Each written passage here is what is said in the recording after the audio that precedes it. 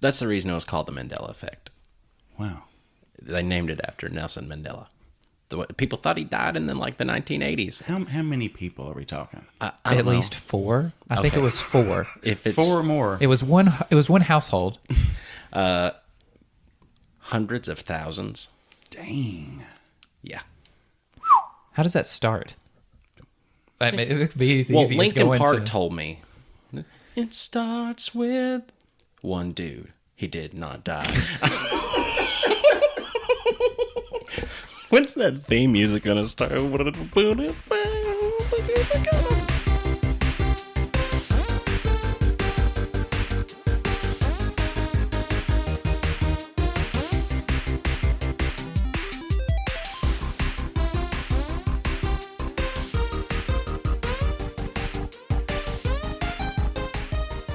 Hey, everybody. I am Dane Holland. Marcus Whitaker. Austin Shazam Pfeiffer.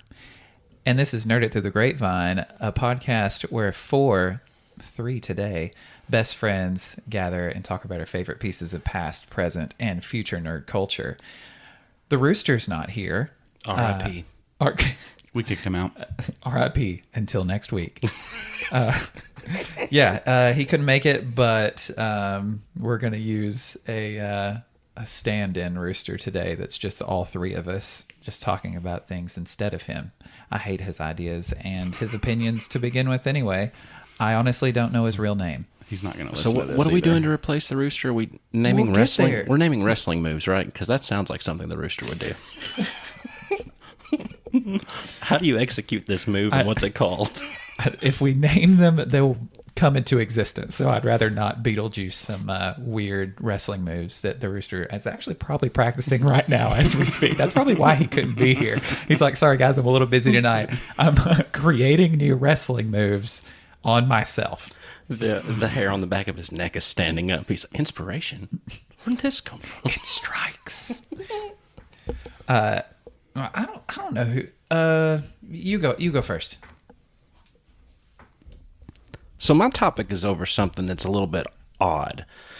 Who would have thought? Well, the thing about it is, we like to talk about nerd stuff, and I consider a lot of sports stuff that people remember revolving around sports and different things like that. That can be nerdy as well. You can be a sports nerd. Be a stats guy. Stats guys are nerdier than any of us combined. There's a lot of sports nerds out there. Yeah. And one of the things that kind of got me was like, there's a lot of people that don't remember this.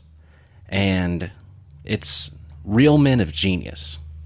And when most people that I've talked to about it, just kind of question them and everything about it, they're like, well, what, I don't remember what that is. What is it? And then you got to let them know the jingle, and it's like a flood goes into their brain of remembering these stupid real men of genius commercials. And then the light bulb goes off.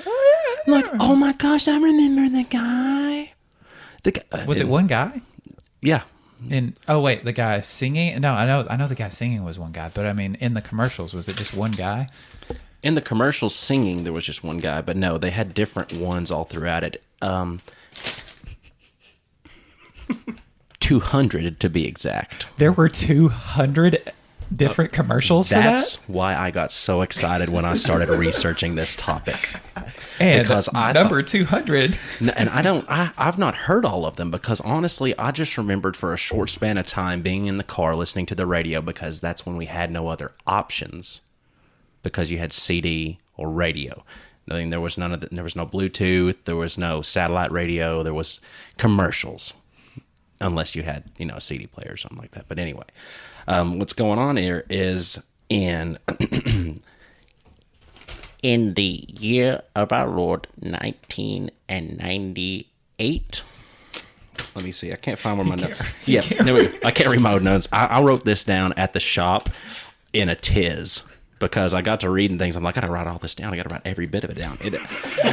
And you know how pens are. If you don't use them right then and really quickly, it'll never write again. You want to see what the top of this page starts off with? A pen that didn't work. So the fury began in the first sentence. No, but okay, it started in 1998, but it wasn't called Real Men of Genius. It was called Real American Heroes. Anheuser-Busch, St. Louis, Missouri. It was, stories of these guys that were real American heroes because they were doing all these same things. But in a global campaign in 2003, they changed it to Real Men of Genius to be more globally relatable. And what was the original name of it? American Heroes. Real Okay, American yeah, Heroes. Yeah, yeah, yeah. And it's not even as catchy to me because I can't remember it. It just makes me think of wrestling. I am a real... Never mind. Oh, we've been there. Have we? Have we? So- Zero. But anyway, the radio spots were sang by a very recognizable voice. And I've known this for a minute, but it's just one of those stupid things that I know. But the guy's name is David Bickler. You might not remember the name David Bickler from anything. I think he wishes his name wasn't that. Well, what you will remember is a man telling you about the Eye of the Tiger, because he was the lead singer of Survivor. There you go. Ah, I thought that was Zeppelin. If you think that What? a guy named David Bickler was the lead singer of Led Zeppelin and then that was what your brain did to it, Just saying. Wow. Wait, so what other songs? Robert Frost was the lead singer of Led Zeppelin.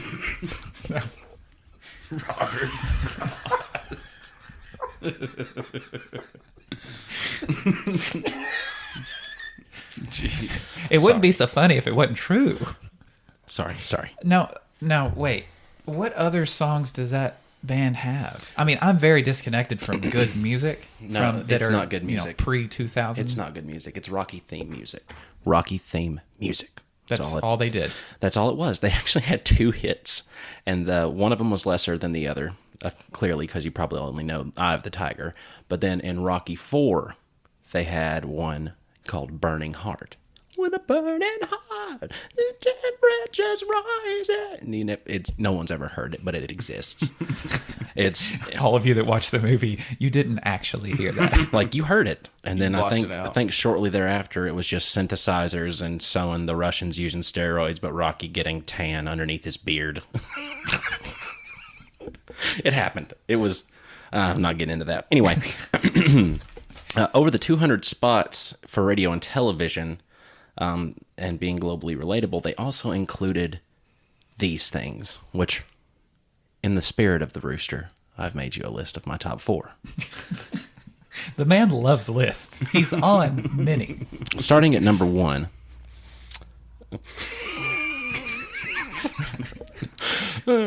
Mr. Way Too Much Cologne Wearer. Mr. Way Too Much Cologne Wearer. He had a... Like a bullhorn, your cologne announces your every arrival 4 blocks before you get there. Here it comes now! He said, here a splish, there a splash, everywhere a splish splash. You don't stop until every square inch of manhood is covered. I think that was actually Robert Frost. 4 gallons of cologne and a plan. Pour it on!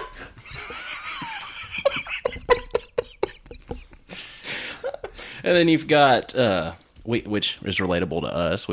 We know what this goes to. I'm not going to say names. Mr. In the Car Nose Picker. Oh, he's out there. Mr. In the Car Nose Picker. So these are glorifying People poor that choices Yes. by men in history. Yes, and this was to advertise Bud Light being a good choice.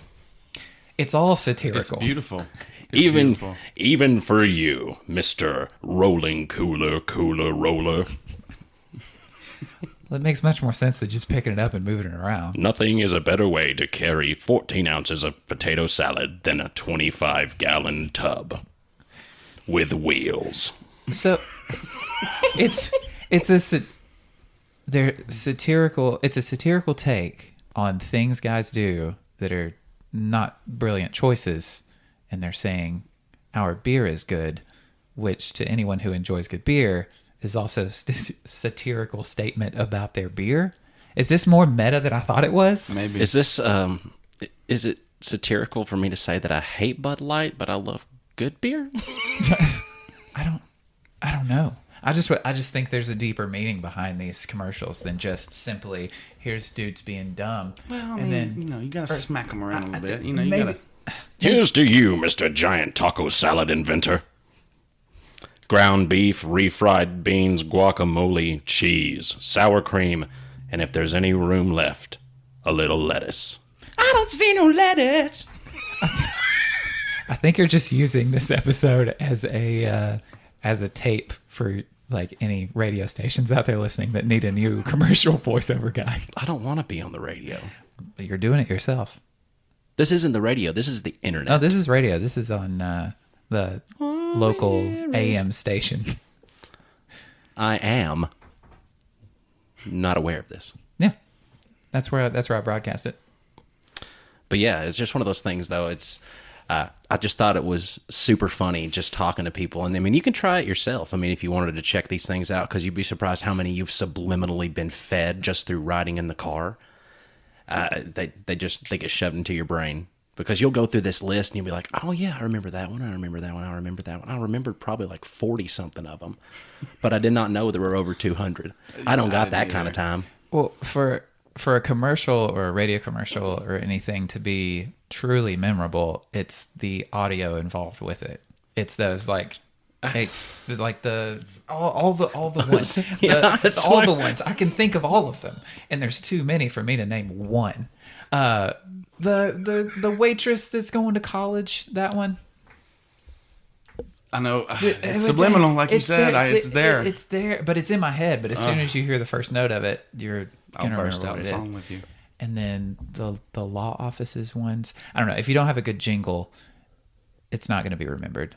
Oh, Bart Durham. Oh, that man is so haunting. Have you ever seen Bart Durham before? The commercials? I've seen his commercials, He is a ghoul. I mean, he might be a nice guy. I met him in real life. He is intimidatingly tall.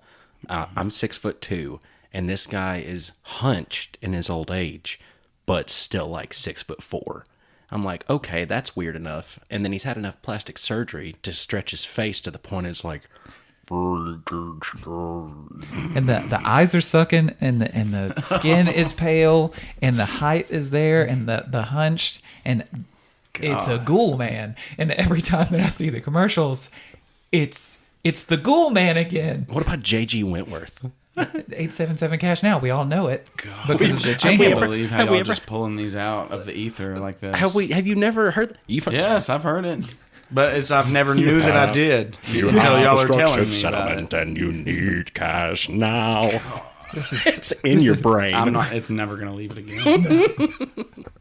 And when it does, somebody will bring it back. It'll never go away. It's like the game. I just got you all.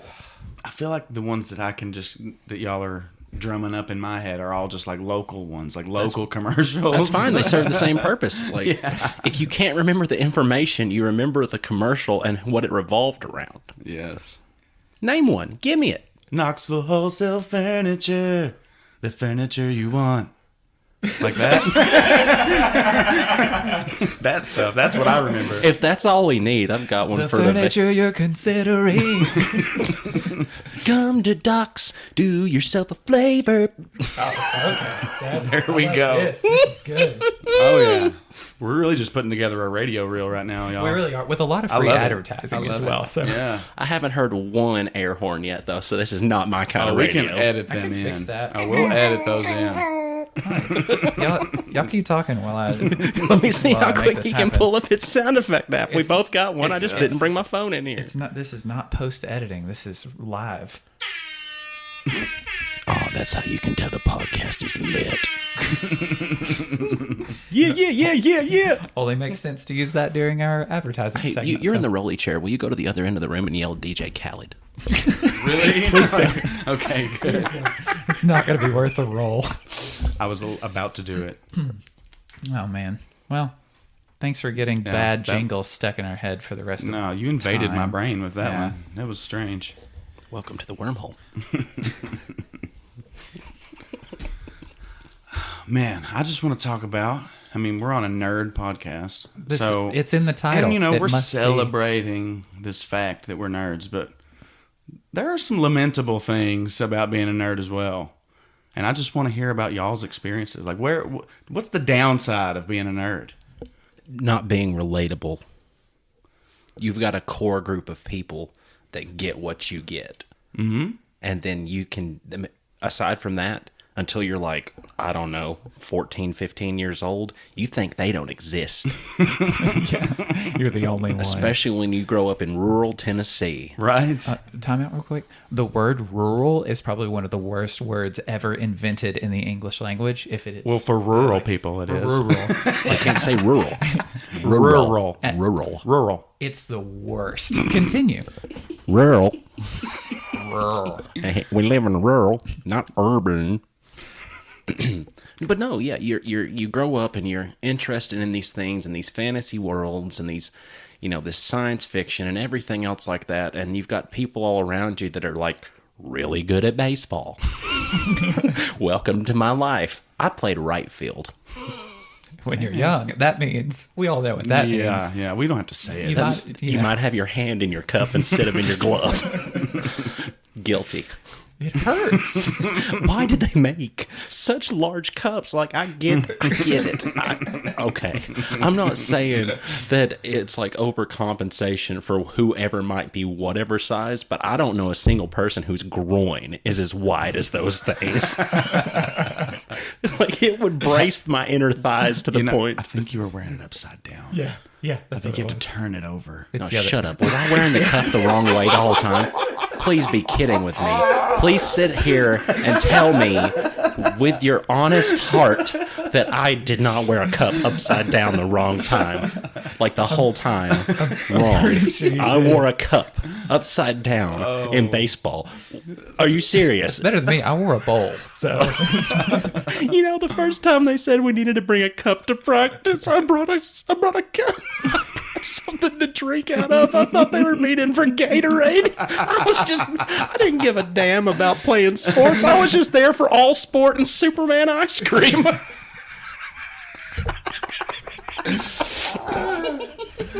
now we found out why you were bad at baseball.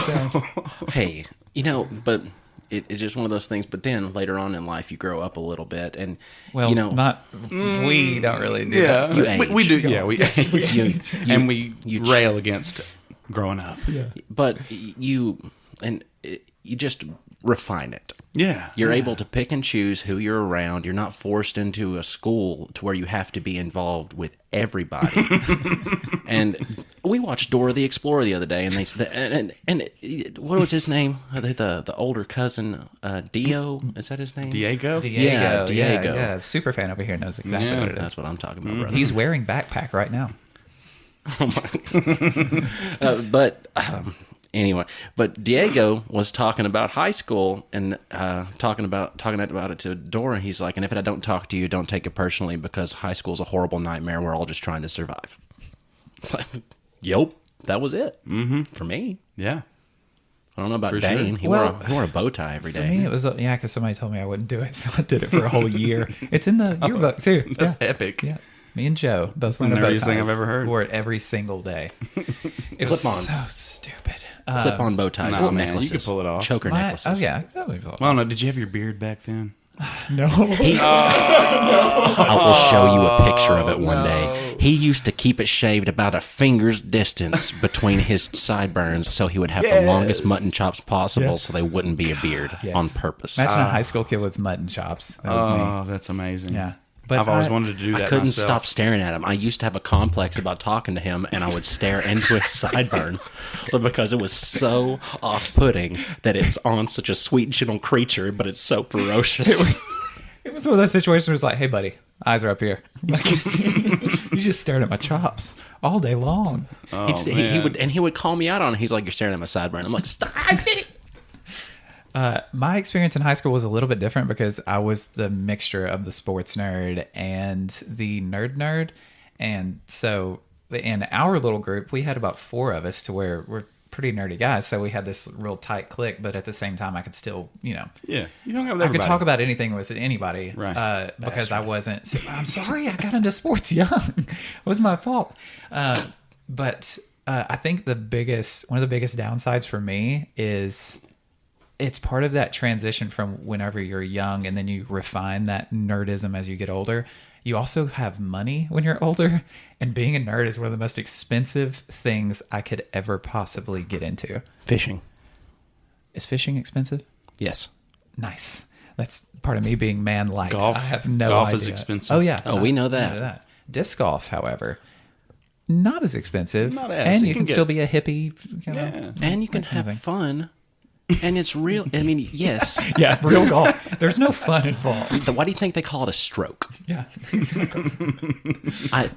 The last game that I played was with you, and I dunked that ball from like 40 yards out, just like a stupid chip shot that just dunked right into the hole. And he walked to the car and we left. I never played another game of golf. I wouldn't either. I peaked. He ended on I top. peaked. But yeah, collecting things. Like there's a part of my brain that's just connected to all these nerd things, like Funko Pops, for instance. Like for existence. Said for existence.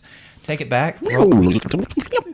For example, the Funko Pops. They make them knowing that the nerds out there cannot stand buying one of something. It's like, okay, here's one character from the show that I absolutely loved. Okay, I'm buying this little figurine just to, show that. My little trophy of, I'm into that. Then they make all the side characters and all the different chase. You gotta have the crew. They can't just be by themselves. Well, see, that's the thing. Like, you can't... Squad. For us, we can't Where are you, Richard? We can't just have one. Like, I've got to have them all. And there's just... being a nerd, there's so much compulsion in pulling the trigger on having some kind of merchandise, and everyone that makes that merchandise knows exactly how our spending habits are. Seeing you buy Pops is the reason that I never got into buying Pops. It really is. He's like, oh no, he's going back to the only store. ones he has are the ones I've bought for him, And so I he love has them. to keep them. I love them dearly. They're my favorite ones. Here's the thing. If I start, where does it end? It doesn't. But I mean, if you backtrack into the ones that I really like too, like the original Shazam figure, it was Captain Marvel, I think, at that point, or was it Shazam? I think that might have been before the rebrand. It might be Captain Marvel. I don't meme her. And that thing's worth thousands of dollars. No, it's not. Thousands of dollars. That's how they get you. It's not Is worth the thing, thousands. give us all To your money me- that you've made over the past several it is worth years, thousands Hold of on. dollars. and then in the end, it'll actually pay off for you. He's going to You'll be Google able to search it. sell And he's it going if to you find out want. it's I'm actually gonna like find out. It is not $600. that. No, it's not even that. How much are Beanie Babies worth now? $256. Y'all remember the Beanie Babies craze? Oh, absolutely. I had a lot of Beanie Babies. Yeah. Well, had names in their ear. they got people the market for that, and that's a whole nother conversation too about resellers of things as well. Parents thought that Beanie Babies were going to pave our future college fund. Like, that's how much people were selling these things for, and then it turns out they're not worth They're anything. beanbag. They're worth nothing. And You should have they- turned it into a hacky sack. At least that's fun. Yeah, you could kick I them had around. so many. Well, those are kind of what started my... They didn't start my action figure craze, but my just laying in bed and fighting my Beanie Babies against each other. This was around when The Matrix came out, so this was like 1998, and McDonald's would have the Beanie Babies whenever they came out. And I would just lay in bed at night and listen to 98 Degrees and sit there or the Space Jam soundtrack, which I now have on vinyl. Oh my God, it is phenomenal. It is so good. I used to have a cassette of it. But, shoot, where was that going? I don't Where was that? remember. Where did I go with that? You We went down a started rabbit somewhere. hole and I got your your hand. Pops. I'm pulling you back. Well, the point you kind of made the point for me, but I'll just elaborate a little bit. Like, we can't help it. We can't help that we're nerds. This is not a choice. No. And I think collecting things and having something that you cling on to like that starts even before you realize that you're into this kind of stuff. Yeah, well, what would you define as a nerd? Because like you said earlier, a lot of people just think, oh, comic books and things like that. But you made a good point that they're sports nerds. There's people who just nerd out on. I think that nerds in general, and I've never heard it described this way because I just came up with it right now. I think we're collectors. I think we are. Yeah, that's never been said. I think I'm we're not really a collectors. Collectors of anything. Knowledge. Yeah, well, knowledge. Like, you can collect knowledge on something enough to where that's the same idea as you going out and spending money, because you're never going to get that time back. sure.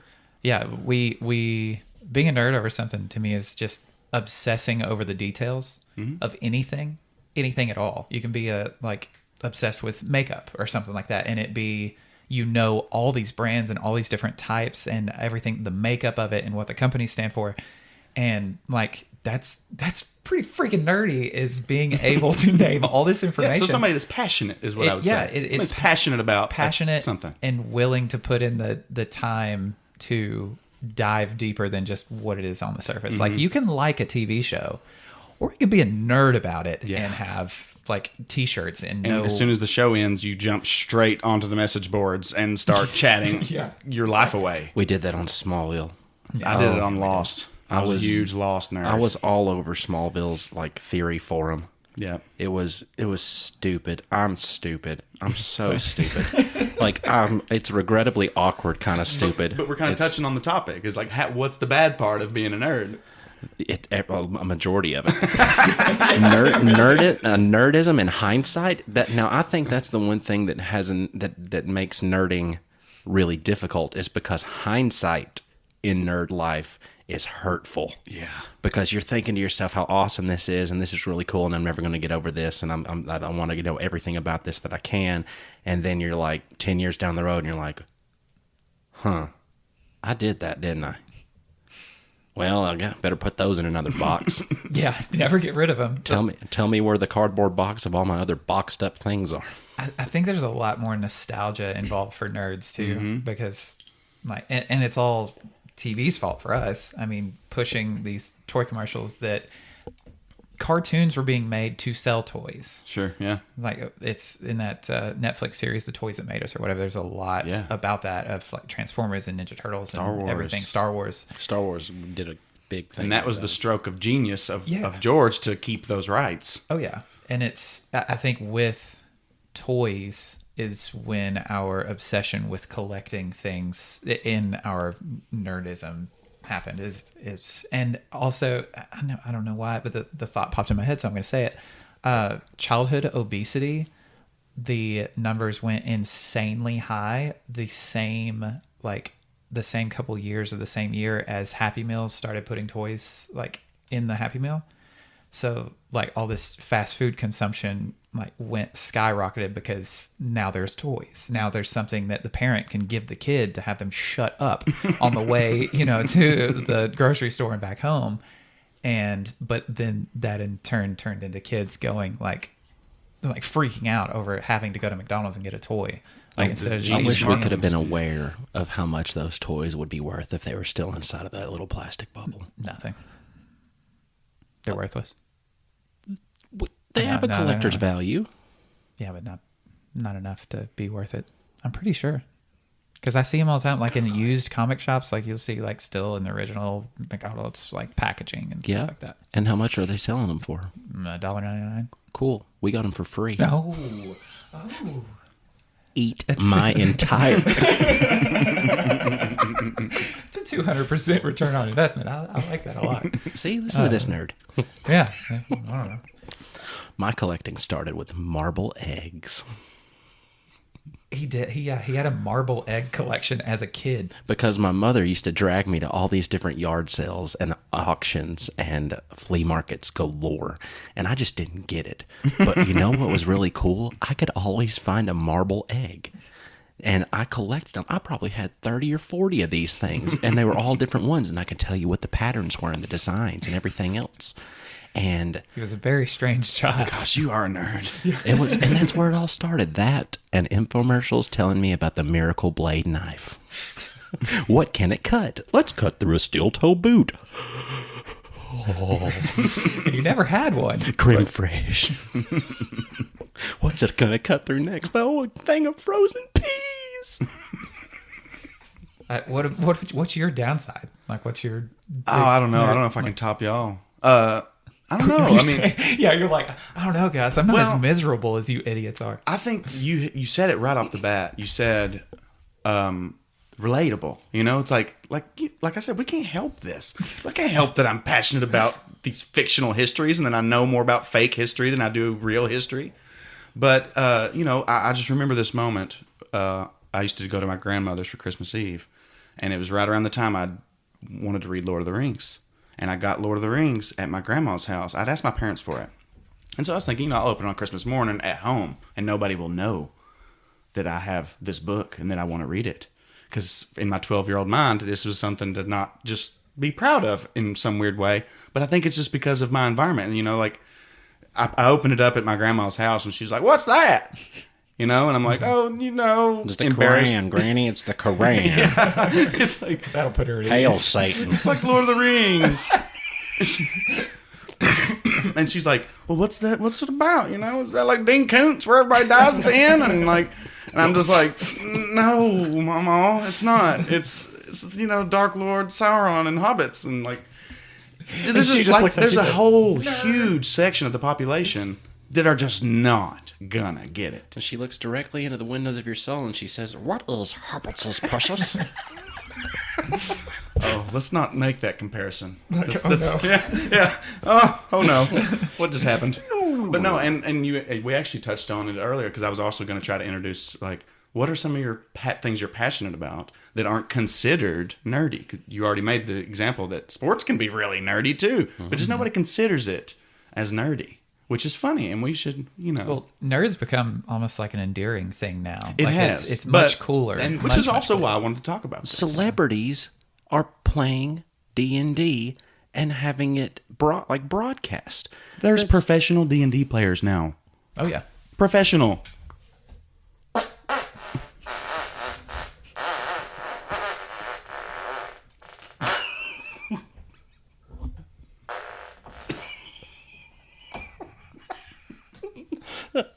Professional that.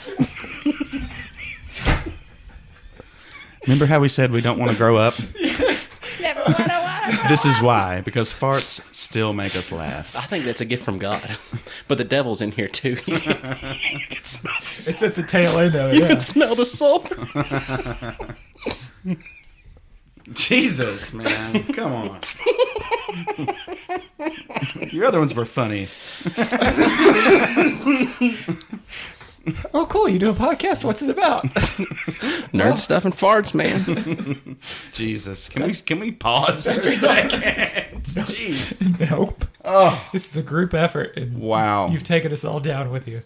Rooster, be glad you set this one out, man. Oh, I hate you so much. My eyes are burning. Oh, man. Doesn't mean somebody's talking about Ner- you. What about relationships? Has any of your nerdness affected any of your relationships? If it's not shared, I can say it's just not going to work. Have you had to have a warning talk with a girl you've been seeing for a while and be like, "So listen, honey, I'm I'm a nerd." Yeah. I have such a bad problem with filters that I don't even have a Snapchat. I can't filter me that well. Gosh, what a stupid freaking joke. That was so dumb. Oh, that was dumb. Okay, I don't care what the audio sounds like. I'm fanning this room. Jeez. I don't have a filter. That's all I wanted to say. God, you need one. It's not, yeah. On the other end. Because, like Will Smith said, parents just don't understand. People that aren't nerds about, well, at least the things, or at least close to the realm of the nerdiness that you are, they're just not going to get it. Like, you spent money on this. These are picture books. These are picture books with bad writing that you know exactly what's going to end up happening at the end of it. It's like, yeah, but I like them. But that's not enough. But they watch me eat. It's these little, all of this stuff that I collect. It's a little spark of joy whenever I, looking around this room. I have wasted a lot of money, but have you? I enjoy. Yeah, exactly. I love looking at them. I don't keep things in the package. I'm not going to sell them later on. These small pieces of plastic, they bring me joy, and I think. Oh, well. So you're saying, those yes, two too. it has affected some relationships. Absolutely. We've got the perfect Nerded Through the Grapevine endorsement now because of those small pieces of plastic that bring you joy. Yeah. But if you... What's the buzz? If you go to my room, Carly and I have two bookshelves, one on each side of the bed of the room, and mine is covered in like the light side Star Wars characters and all this stuff like that, and because I love those things and Superman, and then on her side it's All the villains. yes, Yeah. it's all because she is like pure just dark side. It's Darth Maul, it's Jar Jar Binks. That's the worst villain of all. Great. That's great. But and it's just like that's a core part of the relationship, because you need someone to share that with, or at least someone that's going to be interested enough for them to either, they may get into it, they may not, but at least they'll understand. They can see the value in it. Right, because Yeah. they understand the difference between, okay, I'm super nerdy and passionate and insane about this stuff, and you're that way about this stuff. So at least they can make that connection of the reasoning behind it. But someone that just doesn't even consider themselves a nerd about anything, like it's really hard for them to understand. But they're just lying to why themselves. I love that. Yeah, why I love this cartoon so much. Or you can be in the situation like I'm in with somebody who's not a big nerd, but is open-minded and accepting of the idea, and she's joined you in it. Right. yeah. And I kind of find myself in a very similar setup. Yeah, Do it. it's just, we're I just can trying to feel you're nutty. just trying to get them into this circle of no, it's safe here. Well, I And- just think you can, if you explain it in such a way, people can start to see that there is actually value in it. I mean, because like fantasy is literally the foundation of Western literature. I mean, as far back as you go, people have been telling each other stories. yeah. And that's how we learn about ourselves. And so once I figured that out, I was like, you know what? I'm not embarrassed about reading Lord of the Rings No. anymore. At all. People used to Absolutely sit around campfires telling tales Yes. of superheroes. They were called gods. Yeah, And that's what they worshipped. yeah, Yeah. And so basically we kind of do the same thing. yeah. We really do. Yeah. Yeah, but I think that a lot of people don't understand that. And man, it's 2020, man. Give nerds a chance. Yeah, I'm just kidding, you know. take one step into Hot Topic. Yeah. You know my world. No, you don't really have to do that. Don't do that. There are things in there I like. It's gotten a lot less gothy over the years too, because You know, that's also a little bit of a downfall to it because, you know, I never bought anything in Hot Topic whenever it was super gothy, but I liked looking at it because I would think about it. Like, what would I look like with these 72-pound cargo pants on that have chains hanging from them and bottoms that seem to parachute even though there's no air? you mean these? Oh, my God, he's got them. Chains everywhere. Well, and Hot Topic brings me to a strange thought, but whenever you go to like what is that a straight up Hot Topic shirt? Probably. It I is mean, probably, they yeah, used it's to sell more like hardcore metal stuff, but now they totally they sold went out. mainstream, man. Yeah, they they totally got sold Green Day in there now. No, these things are like asking Alexandria and just sell out metal bands, bro. Day to remember. Jesus. Places of meeting and having a sense of kinship with a large group of people. Like if you go to a comic convention or even a comic book store, you're just surrounded by all these people that you have this weight lifted off your shoulders of, Yes. okay, there's zero judging going on here. Like, well, Like these people for are the way most part, nerdy than but- even I am. Exactly. But then This there's is great. Then there's also this like competition factor for nerds too. It's like there are some things that you've got to know more than the next guy. Or and for me, I'll go into a comic book shop, like, and if it's like a lot of people in there, I've got this insecurity of I don't really know enough to be a part of this like elite group of people that are just, they have all this knowledge and information about all these nerdy things. And I feel, and it's such a That's how I feel stupid in the feeling real world. back. Like I said, Yeah. like when people are talking about real history, I'm like, I have to compare it to fake history, where other people have to compare like fake history to like, oh, well, that's kind of like that thing that happened in real life.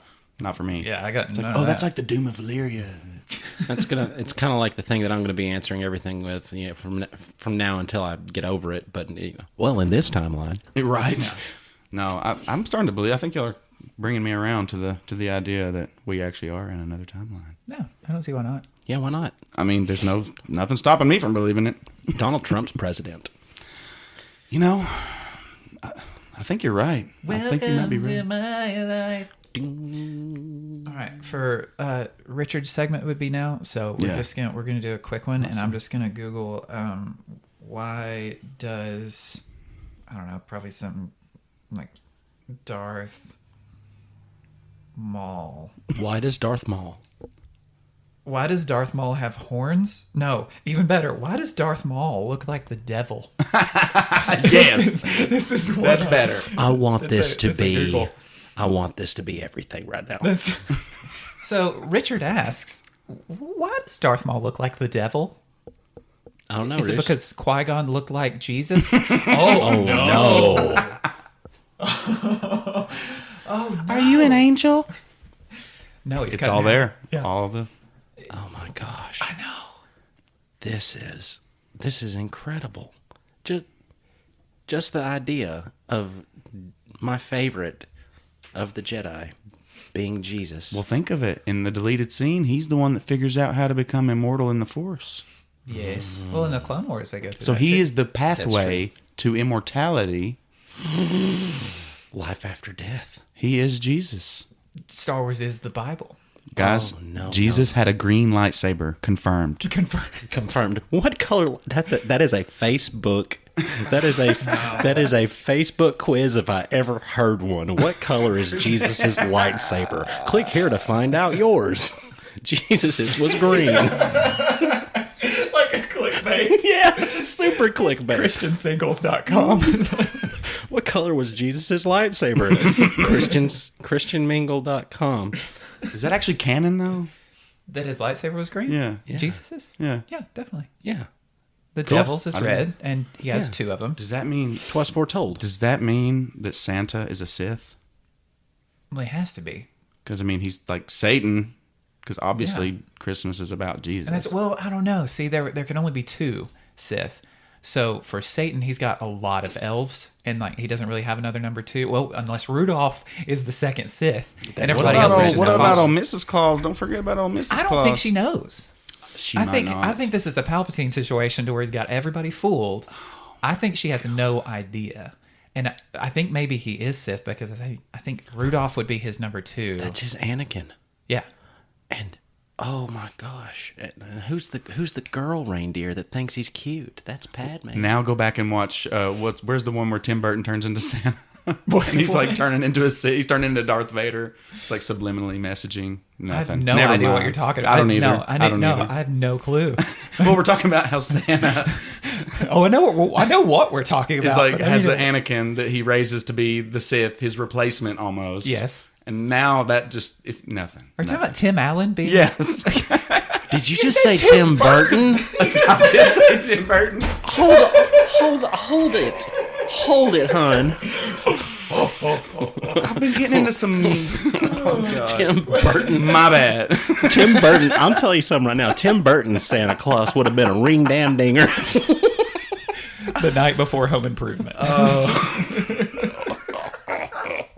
Wow, I'm glad we got that on recorded. I'm glad we got that recorded. Tim Burton was Santa Claus. Oh, that's so good. Where did we go? How did we No, get here? I was fine until you pulled me in. You were standing in the quicksand and you just thought it made your feet sound like farts. And you said you would like this. And you pulled me in. Now we were sinking together. Gee, I don't know how we got here. Oh, that's good. Santa is a Sith, though, confirmed also. Yeah, that's what we have. That's what we figured Oh, it's out. because we were trying to Who figure. else? So, okay. So the Easter Bunny, definitely Jedi. I would imagine so. Oh, you think about the Guardians, though, because the Guardians had Santa as good. The Rise of the Guardians. You probably never saw that movie. It's a real. I think I did see that one. And Jack Frost is in it, and then they had this guy that's like, he's a nightmare, and never mind. Are you talking about Robert Frost again? No. I'm talking about the movie with Michael Keaton. Talking about the movie with Michael Keaton in it where he dies and Batman. becomes a snowman. Yeah, that's the Jack. That's Jack. He plays harmonica with no lips because he's a snowman, but he's magic. You know, the thing is, I don't question the snowman coming to life. It's kind of, it's Frosty the It's the Snowman. harmonica. I've heard this forever. Did I ever have somebody tell me that Frosty the Snowman could play harmonica, but he doesn't have lips? I don't care. Does he have a tongue? Oh, you know he got a tongue. He was going after the mom the whole time. He had to have some kind of game plan. Not just a repositionable nose. Hold on a second, baby.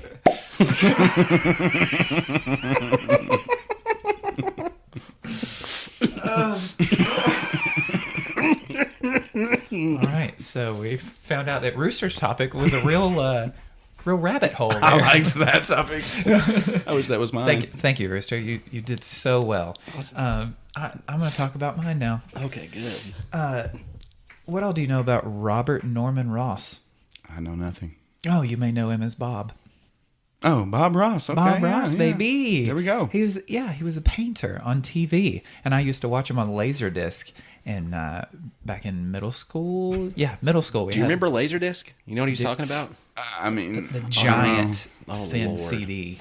It was like a vinyl record, and But- then they put but it a inside CD. of this player, and they scanned a barcode to do some kind of program in that machine. I've never Crazy. seen this. Well, No. They wheeled it out on the cart. You know the one with the TV on it. Whenever you're back in school. Yep. Yeah. So anyway, used to watch him in class all the time, but his popularity has I hate that he pretty much turned into a meme. Like everything does anymore. Like everything does anymore. Nothing is safe from memeage, and it's almost this like it hurts a little bit because there's so much. I can't even think of the words. I'm just so angry. I'm so furious. Well, it's like you can't even. It's like people don't even think you're funny unless you got a good meme like template. There are some people that live on the internet just to solely put memes into the world. Yeah. People that speak in meme make me vomit in my mouth. Don't do it. I didn't even know you could speak in meme. Oh, Tell me what you mean. Basic. Oh, God, that's one. What do you meme? Just quoting memes and speaking to one another. Like Pepperidge Farm remembers, you know that one with Kermit when he's. Now we're talking about them. I don't want anything to do with them right now. Okay. Yeah, but that's none of my business. I'm talking about Bob Ross. Yes. Anyway, The Joy of Painting was his TV show on PBS. I feel like everyone I'm talking to right now in the room and out in the world knows exactly who he is, but I still want to talk about him. And he, from 83 to 94, 1983 to 1994, he was on The Joy of Painting. And even whenever he was growing up, he would care for injured animals. And on the show, he would sometimes bring Peapod, his little squirrel, and other squirrels. Like he's sitting there feeding them like this syringe. It's like, okay, here's a painting show where a man revives squirrels. Like, I'm digging it. He was one of the originators, not intentionally, but of ASMR, the whisper. Yeah. Frick, I didn't write down what it stands for, but it's anyway where soft noises like have this automatic response to it that's pleasurable. It doesn't have to be sexual, but I mean in Bob's case we know it was. But he was actually in the Air Force, and he got to where he was a master sergeant, and so he's ordering a lot of people around, yelling at them all the time and just being super negative, making them do all these things they don't want to do. And whenever he retired from the military, he decided he was no longer going to yell at anyone again. He was like, He was sick of it. He was done with it. So that's why his voice is just so soft and pleasing. And that wasn't just for show on there either. That's who he was outside, like per his very small circle of trusted people. He was a super private guy in like his regular life. I mean, he was already on TV. Everyone sees him all the time. So, but he had almost like for his personal collection and for the show, he had over an estimated amount of like 30,000 paintings. Jeez. And only 1,000 of those were done on the show. So this man painted a lot. And he used to do it like during like his like break times whenever he was in the military to make side money. So he learned how to do them super quickly. He was in Alaska for a while, so a lot of his landscapes are from his memories of seeing those like huge mountain ranges and just beautiful scenery. God, don't even get me started what he does with that putty knife. The man uses a putty knife and makes a mountain range. Like he could put a straw into his butthole with some Van Dyke brown and some yellow ochre. Oh, I knew you were going to use the ochre. And fart it onto a canvas, and you would have just a beautiful cabin with a mountain range and some beautiful cloudy skies. He makes it look that easy. He's such a talented painter that while you're watching him, he makes you believe that you can too. Thank God it isn't sports, because we would have injuries. And my mom actually painted one of his like little instructional things, and it's really good. And she like, never mind. Did she use the same paints like the? Yeah. Like She got into oil painting for a while and like used some of his instructional stuff and got pretty good for a while. That's really cool. Yeah, I've always it's wanted like- to sit down and do it with him. Yeah. But like he started his name brand painting supplies and things like that. That's where all of his money came from, is that and like books and things like that. Like he did not make money off of his paintings from the show. So all 1,000, like it's been like looked at by some people that were doing like a documentary over him and stuff. But they said all of his original paintings are with his original business partner that started his painting business with him. So all of the ones from PBS, those 1,000 paintings or whatever, that are in like PBS stations with that business partner and in the Smithsonian as well. Nice. Yeah, it's awesome. Like that he wasn't a legend. Yeah, absolutely. Well, I mean, his art brand was like millions of dollars, like maybe like 5 to 15, something like that, $1 million business. But he could have sold those paintings for an insane amount of money. But he like decided not to do that because that's not why he painted. He's a true G. That's not why he painted. He has a fro because it actually got too expensive for him to cut his hair whenever he started that business. Like they were like hurting so much with money that like he was like, well, get a haircut. he's like, haircuts they're expensive, so I'm not going to do that. And he hated the haircut, but it became part of the brand already. Yeah. Like it was too late, so it was like, well, you can't. He was blessed with some naturally puffed up hair, so good on him. I think in the alternate timeline, he didn't have the fro and he didn't become a legend. So Yeah, it's the key. He was clean shaven and bald the whole time. Do you know and his paintings weren't that good. in the alternate timeline? In the alternate right? timeline. Well, we gotta, Yeah, he had to clarify. He that. had 2 seasons and he just yelled the whole time. Just a bald guy throwing paint at a board, just yelling at it. Put the sun here. Put the sun here. This bush is so mad right now. This bush is pissed. You put your pen down in the wrong spot. You got your paintbrush in the wrong area. Throw the whole thing away. Start again. This is all just a big mistake. Okay, now I want to watch this. I think I have the opposite of whatever ASMR is. I love the alternate timeline. Did you know that this is our timeline? He's missing part of his left index finger because his dad was a carpenter, so he did some carpentry with him and ended up cutting off part of his left index finger. But his the palette that he uses for the paint, I think it's designed in a way to where it doesn't like make it to where you can't hold it very well. Yeah. And they also sanded down his palette so that way the glare wouldn't be as bad from the camera lights, which is also pretty cool. Wikipedia is awesome. Did you know that he actually did 3 versions of every painting for the show? What? Yeah. Father, Son, Holy Ghost. I was getting the same feeling.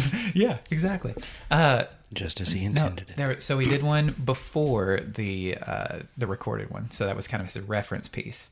And then the one he did live, he was able to make some tweaks to that any way he wanted to. And then afterwards, he did a more detailed version of it.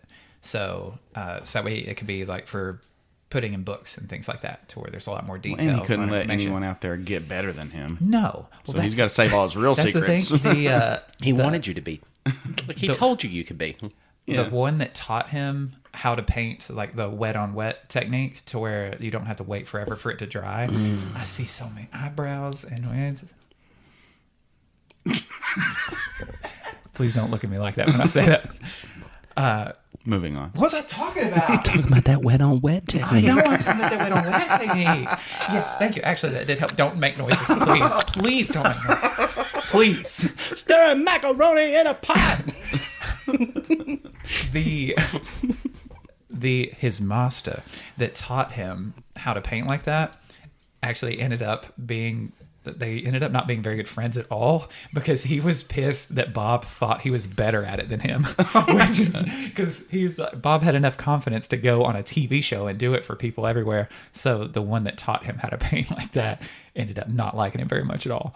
Like, how could you not like? He has to be the only person on this planet to not like the man. Well, it has to be. It's just probably a bad teacher. You want your students to. He's not a very good parent. I'll tell you that right now. Because if there's a parent who's not taking credit for their child's, achievements, no.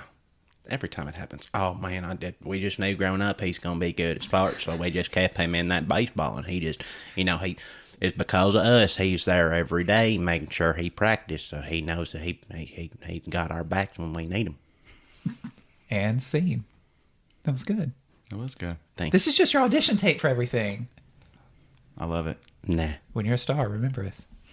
I'm already a star. We're all Stock. Did you guys say that at the same time? Because I joined in on the tail end of it to try to make it sound like we all thought of it at the same time. That's a Moby song. We all say, okay. I don't know things. Now to the sad part of Bob Ross's life. The end. Oh, no. He died at 52. That's young. In 95. Yeah. He could have painted so much more. He had lymphoma. So that's when your lymph nodes get a tumor, and that completely wrecks pretty much everything. The general public had no idea that he had lymphoma. So when he died, it was just out of nowhere, seemingly. Yeah. But his closest family and friends knew that was going on. He didn't want anybody to know that because he wants the press to be calling their house, and his entire thing is joy. He wants everyone to have joy. But he did a pretty good job. My thing is the post-mortem popularity of him and the merchandising that happened, because I don't know. Oh man, yeah, they probably did that against his wishes. Yeah, well, the family and his original business partner still own the Bob Ross brand and name, but all that crap that's out there with his image on it, with all the pot, even Happy Little Trees with the smoking pot and stuff like that. It's knockoff merchandise, but it's being sold in brand name stores. And I've got a Bob Ross T-shirt I bought at Walmart. And I don't know. It's Bob Ross, and in the background, it's got looks like his canvas, and it's the entire solar system. And that is cool. But I feel it's a perversive kind of thing for me with taking someone that was just so pure in what he was doing. And he was selling his own merchandise, which was the paint supplies and books and things like that. But that was all art focused. Yeah. And this is more of it's a meme economy out there. And I think the memeage of his existence and profiting from that just makes me a little sick to my stomach, just because of how pure he seemingly was. Mm-hmm. And I don't know. I understand what you're saying. And it makes sense too. Just thinking about watching the show and him describing his paints and stuff like that, because he did tell you the colors and everything else like that and what you need, and how he's combining this and that and whatnot. But also him mentioning how his paints aren't like the other paints. Mm-hmm. They're much thicker.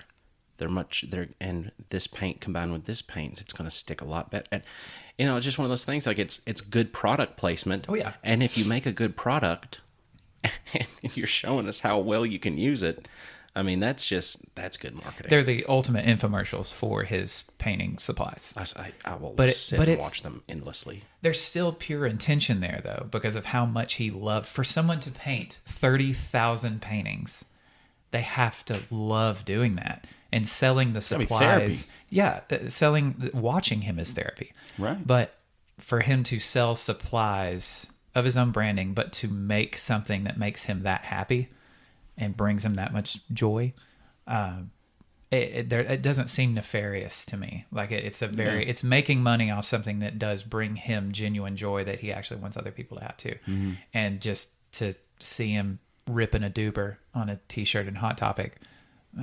Yeah. It sucks. I mean, maybe to use his likeness in their brand like that, maybe they have to, give the family or the estate a certain amount of money. They might, and I don't know. My research of that I didn't get into it, but I just the feeling of it. Don't. It's all to me. It's all. Or they've probably just sued their estate. Yeah, probably. But I could imagine somebody who's popular based off of a show that he did for PBS would have a ginormous estate to go after in the first place. Yeah. So that's a scary thought, because even though they would have nothing, it wouldn't stop somebody from going after them. Which means you have Mr. Rogers too. They were in a similar vein with each other, mm-hmm. of being just nice, calm people that address the audience as it seems like they're speaking to you. It's not a massive audience. It's just Bob and you are talking to each other. Whoever's watching, y'all. Yeah. And he is pure joy. To you at home. Yeah. And it didn't matter who you were. He wanted you to paint that happy little whatever he's painting. Yeah. because it brings you joy. And he likes it healed him, and he wants it to, maybe it'll heal you too. His genuine laugh of when he beats the devil out of it, whenever he takes his paintbrush and after he's dipped it in the paint thinner, and he just flaps it on the side of the thing, and he giggles every time. And it's just this like childlike, like, every single time he does it. And he knows when he says that, it's funny. And he's like joking with himself about it. And his son is actually he's a great painter too. He's a licensed Bob Ross like lessons person, like one of the only ones. But he was on some episodes of the show too, and he's phenomenal at it. So if you're feeling down, watch some Bob Ross and just chill. You don't even have to light you that doober. Kids out there, you don't have to smoke Satan's cabbage to enjoy your time sitting on the couch. You're right. I know I'm right. That's why I said it. You're so right. You don't need to. I wonder if next week Rooster's going to be here. I miss him. Yeah. Feels like there's just this big gap, because there's literally a big gap right across the table. We're not used to seeing wall. I even got colored microphone. What are these? Foamies? Is that what they call them? Pop filters. Pop filters. Pop filters. I think it filtered my pop. Pop. I got different colors for each of us specifically, and you two are sitting at two that I didn't intend for you to sit at because Roosters. Yeah, we changed our seating arrangement. And Rooster's blue. Yeah, you remind me of the blossoming of spring. Oof. So yours is green. It's great. And yours is red because Shazam reasons, and his is blue because he makes me blue when he doesn't come and be on the podcast. How dare you, Rooster? He hurt me. He hurt us all. But next time, we'll see if he hurts us again. I hope he doesn't even listen to this. Yeah. He probably won't. He doesn't. He hates this. I hate this. No, I don't. Go to our website at nerditthroughthegrapevine.com. No, that's not it. That's not even our website. It's bestfriendstinyinc.com. Bestfriendstinyinc.com. It's not the other one. We don't have that. That doesn't exist. I could buy it right now. Don't go to that one. Don't go to that one. Oh, no. Oh, That's dark web. If you do and you get there, tell me how you got there. And we're on Twitter at Nerd Grapevine. I'm trying to remember these things. There's just so many things that we're on now. We're just blowing up, man. We're just blowing up so much. And you probably heard this on Spotify, so that's cool. One of these weeks, I'm going to put all these on YouTube. I just haven't yet because that's a lot of work. But anyway, I do want to close this out with a saying that my great-great-grandfather used to say. When life gives you grapes, you milk them.